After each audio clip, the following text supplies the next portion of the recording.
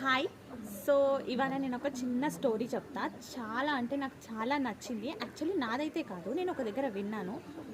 అది నాకు చాలా నచ్చింది, చాలా ఇన్స్పైరింగ్ అనిపించింది. సో మీతో కూడా షేర్ చేసుకుంటాను. ఏంటిదంటే, ఒకరోజు ఒక బాబుని స్కూల్కి పంపించారు వాళ్ళ మమ్మీ.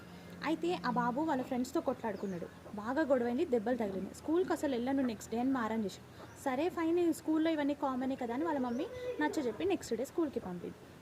మళ్ళీ 3 డేస్ తర్వాత సేమ్ స్టోరీ, మళ్ళీ కొట్లాడుకున్నాడు, మళ్ళీ దెబ్బ తగిలింది, మళ్ళీ స్కూల్కి వెళ్ళాను అని బాగా ఏడ్చేసిండు.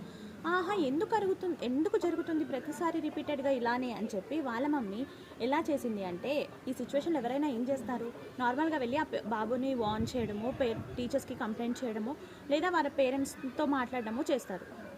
కానీ ఇక్కడ వీళ్ళ మమ్మీ ఏం చేసింది అంటే, ఆ బాబుకి చాక్లెట్స్ కొనిచ్చి ఇవి తీసుకుపోయి క్లాస్లో అందరికి ఇప్పించి ఆ బాబుని ఎవరైతే కొట్లాడిండో ఆ బాబుతో ఫ్రెండ్షిప్ చేయించింది. చూడండి ఎంత బాగా ఆలోచించింది. సో మనం కూడా ప్రతి సిచ్యువేషన్ని 2 టైప్స్లో హ్యాండిల్ చేయొచ్చు. అది ఎలా అనేది మన మీద డిపెండ్ అయి ఉంటుంది. ఈ స్టోరీ మీకు ఎలా అనిపించిందో చెప్పండి.